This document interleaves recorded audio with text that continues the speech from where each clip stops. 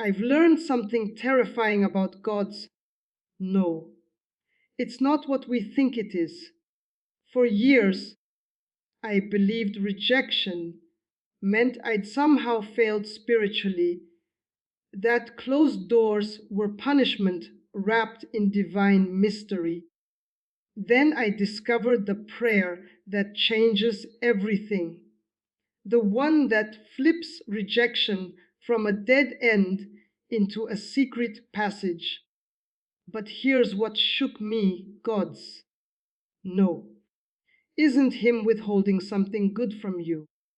It's Him withholding you from something that would consume you. The real question is, are you brave enough to thank Him for it? There's a moment that splits your theology in half. For me, it happened in a parking lot after receiving the 7th rejection in 4 months. Job, rejected. Relationship, rejected. Ministry opportunity, rejected. Every door I approached slammed shut so fast I could feel the wind against my face. I sat in my car, gripping the steering wheel, and screamed a question I'd been too afraid to ask out loud. God, are you protecting me or punishing me? The silence that followed wasn't empty. It was full, suffocatingly full, of something I couldn't yet name. Here's what nobody tells you about God's no. It's not the opposite of His blessing. It's the guardian of it. Think of it like this. Imagine you're standing in front of a door, pounding on it, begging God to open it. You can see through the keyhole opportunity, provision, the answer to prayers you've prayed for years. Everything you've wanted is on the other side, but God keeps that door locked. And from your side, it feels like cruelty. But what if you could see what God sees?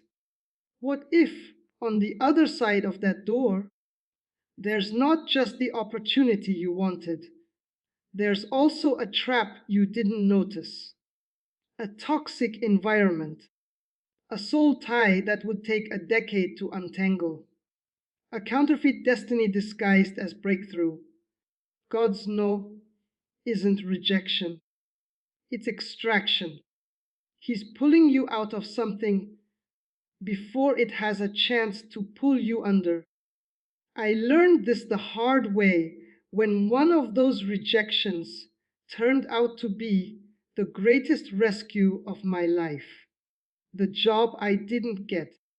The company collapsed 8 months later, leaving employees unpaid and traumatized.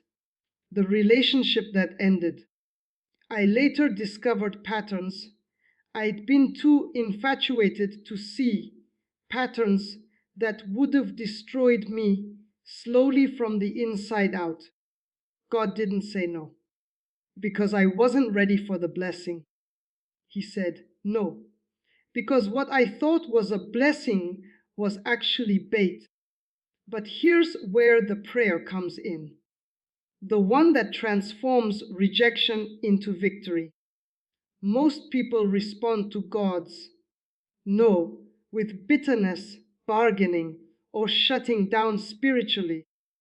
They treat closed doors like evidence of abandonment, proof that God doesn't care or doesn't see them. But there's another response, one that feels counterintuitive, almost offensive: gratitude.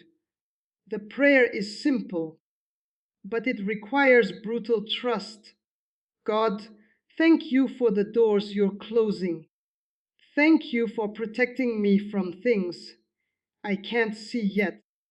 I trust that your no is shielding me from devastation I'm too naive to recognize. When you pray this, something shifts in the spiritual realm. You stop fighting against God's protection and start aligning with it. You stop begging Him to open doors He's already decided to seal. And in that surrender, you create space for the doors He actually wants to open, the ones you haven't even imagined yet. Here's the mystery: the moment you stop clinging to what God is withholding, His hands are free to give you what He's been holding. Rejection becomes redirection. No becomes the narrow gate that leads to the life you were actually created for. God's rejections aren't closing your story. They're editing out the chapters that would have killed you before the ending. We've been conditioned to interpret closed doors as spiritual failure, as if God's no is a report card measuring our worthiness. But this understanding is dangerously backwards. God's refusal isn't about your value, it's about your safety. Extraction is a rescue operation. When a soldier is surrounded by enemy fire, extraction doesn't feel like blessing in the moment. It feels like interruption. You're in the middle of the mission, engaged in the fight, convinced you can win. Then suddenly you're pulled out, and it feels like abandonment, like you were yanked away from your purpose. But from the aerial view, extraction is the only thing that saved your life. This is what God's actually is: Him pulling you out of situations that would have consumed you slowly, quietly, until there was nothing left. The job that would have demanded your soul, the relationship that would have normalized your trauma, the opportunity that looked like destiny but was actually a detour into decades of regret. When God says no, He's not slamming doors in your face. He's throwing His body between you and destruction. The rejection you're mourning is the ambush you're being rescued from. The enemy's most effective strategy isn't obvious temptation, it's counterfeit destiny. He doesn't show up with horns and a pitchfork offering you clearly evil options. He shows up dressed as answered prayer, offering you 90% of what God promised with 10% poison mixed in. That's the brilliance of the counterfeit. It looks so close to the real thing that you can't tell the difference until you're already trapped inside it. The relationship that checks all your boxes, except the one that matters most. The opportunity that fulfills your ambition, but slowly erodes your integrity. The success that gives you everything you wanted and costs you everything you needed. This is why rejection often feels so confusing.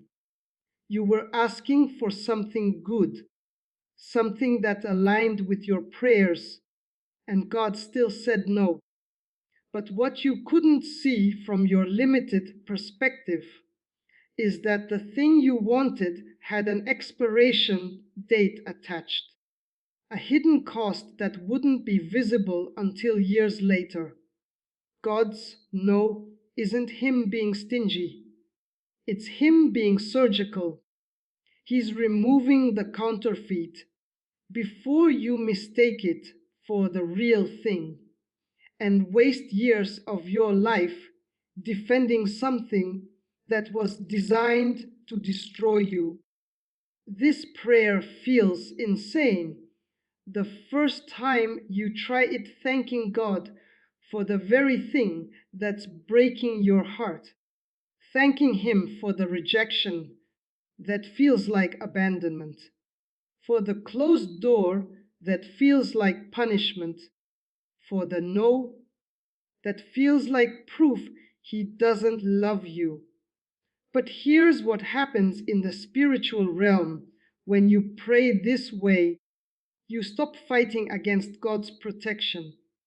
Most believers spend years wrestling with God, trying to pry open doors He's sealed, begging Him to reverse decisions He's already made for their good.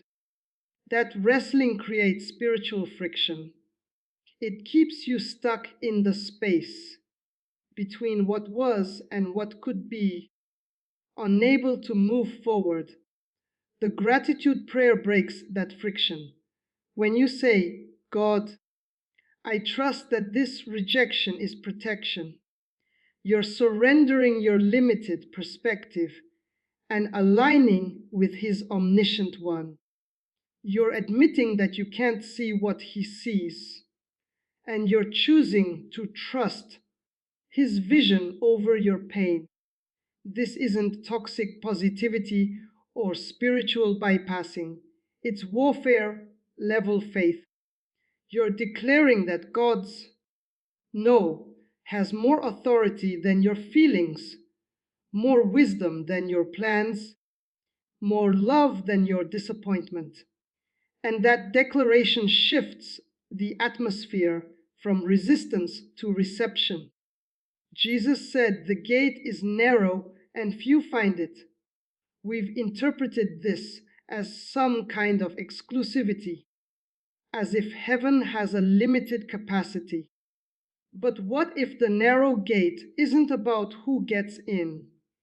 It's about what gets stripped away before you can enter. Every rejection is God making you narrow enough to fit through the gate He's prepared. He's removing the baggage, the counterfeits, the false identities, the toxic attachments that would never fit through the opening to your real destiny, the door you're mourning. It was too wide, too accommodating of things that needed to be left behind. Here's the mystery. The moment you stop clinging to what God is withholding, your hands open to receive what He's been holding. As long as you're white, knuckling the closed door, demanding it open, you can't grasp the new thing He's offering. Rejection forces open your grip. This is redirection, not as punishment, but as precision. God isn't randomly closing doors and hoping you stumble into the right one. He's strategically eliminating the paths that lead away from your purpose, narrowing your options until the only door left is the one you were created to walk through. That's not limitation, that's love.